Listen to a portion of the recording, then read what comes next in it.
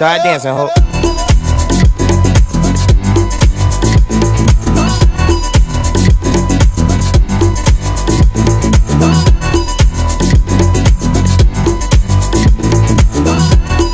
Hey guys, we're the Revelry team and this is our project video.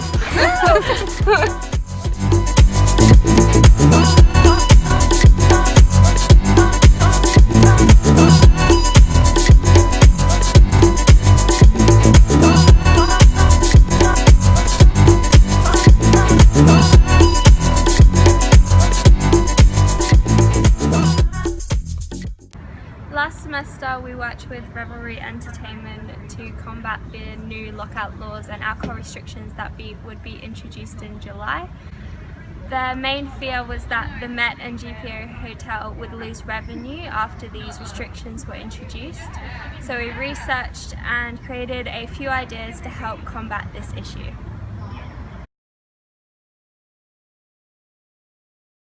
Well, Queensland's controversial new lockout laws came into effect overnight, with pubs and clubs having to stop serving alcohol early. It follows a reduction in violent crime in Sydney after similar laws were introduced, but the same legislation has also led to the closure of dozens of businesses in the city. 7 News reporter Marley Hogan is on the streets of Brizzy for us this morning. Marley, how's the public reacted so far? Well, there's been a mixed reaction from the community. Police and emergency services have welcomed the change. They hope these laws do what they're designed to do, and that's reduce alcohol-fueled violence. But workers in the clubs and pubs are also concerned what this means for their future. We do know some have been told that their hours will be reduced from today. We researched and proposed a few ways they could maximise business in their current venues through the introduction of chill-out zones and eating venues. However, their fears have been short-lived, with both venues performing reasonably well. We sat down with Zach and spoke with him about his thoughts on the effects of the new lockout laws. To be honest, I like to think we were pretty smart about how we used our event exemption. You get to use 12 a year. They let us use 12 in the first 6 months, and then obviously next year we'll get another 12. So we used 9 straight off the bat to try and get some market share, and that actually worked in our favour.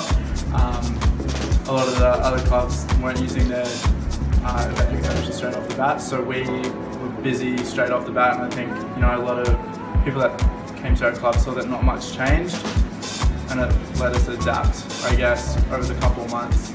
So yeah, we've actually been doing really well. We don't really have any ill effects. I mean, maybe a slight downturn in drink sales towards the end of the night, but other than that, everyone's been pretty good. Clubs been going well. It's really busy. With this success, Revelry has introduced a new live music venue, 256 Wickham, which they believe will continue to drive revenue for their company. And this is where our focus will be this semester.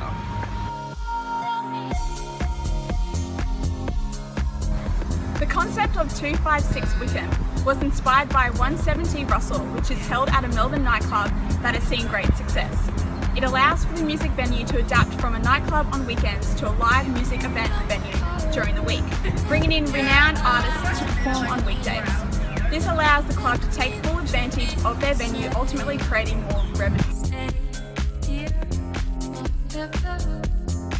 The beginning of this semester was spent promoting the 256 Wickham Big Sound Showcase.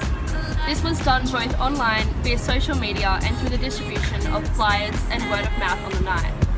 The Met hosted a Big Sound event both on Wednesday and Thursday night, where we volunteered to promote this event. Prior to the event, Zach asked us to find 15 to 20 images of high-profile bands, rappers and performers associated with the Jack Daniels brand, as they were the major sponsors of the night. The photos we presented to them were then used for decoration in the licensed bar laneway at the Met.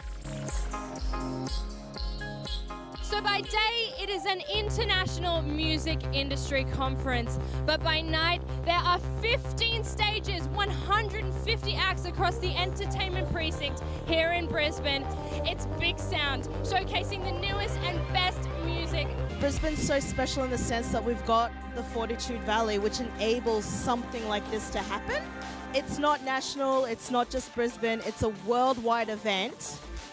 The wealth that Brisbane gets from it is super, and these are the best 3 days of the year in Brisbane, straight up.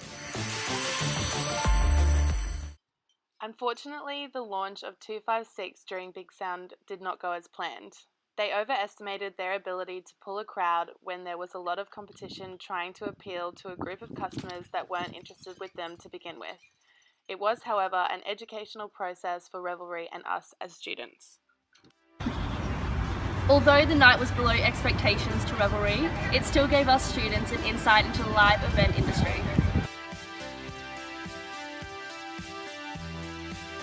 So basically I got you guys, the students, to research I guess media consumption habits of millennials, or how we market to millennials. That information is really important to us because we need to be on trend with what we're doing. Pretty famous saying is you can typically expect to waste 50% of your marketing budget, but we feel with digital platforms such as Facebook, Instagram, that sort of stuff, where there's a lot better tracking and reporting. We're a lot more on point with what we're doing, so the research you guys did was really helpful in pointing us in the right direction, I guess. We then went ahead and researched their target market, social media platforms, and then conducted a venue competitor analysis. Once this was done, we then created some recommendations that we could then present to Zach in our final meeting.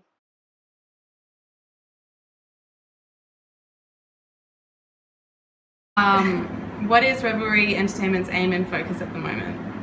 I guess Revelry Entertainment's aim at the moment is just to keep making moves to establish ourselves as being the premier events in Brisbane. So right now we're more focused on obviously the Met and GPO. We're still doing Columbian Independence Day and things like that, but yeah, we're just looking to take things to the next level.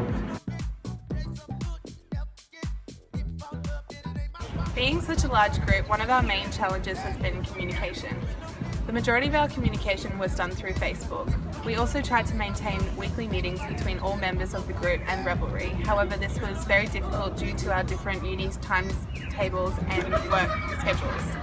The main way we overcame this challenge was by meeting up on days where we were most convenient for the client and the majority of the group, and by recording minutes to fill in the absent team members. This helped ensure that all team members were aware of the new tasks and team updates.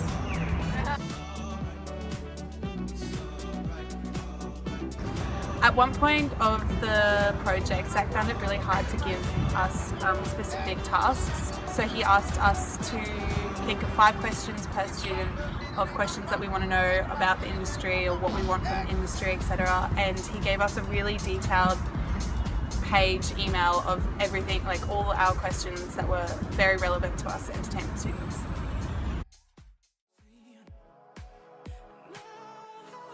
While the semester began slowly due to Revelry's busy timetable, overall this semester has allowed us to gain insight into how Revelry organizes and promotes their venues and further develop our consumer marketing and research skills.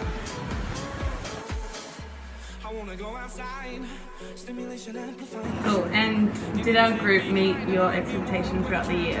Yes. You guys are really good. Every assignment you did was full of detail, you were really thorough, always answered every question to the T, and even some things went over and beyond it, so super happy. Cool, thanks. We further found this opportunity to work with Revelry a great experience, as we were able to put all our knowledge from our degree into a real life scenario. We all look forward to working in the entertainment industry in the future years.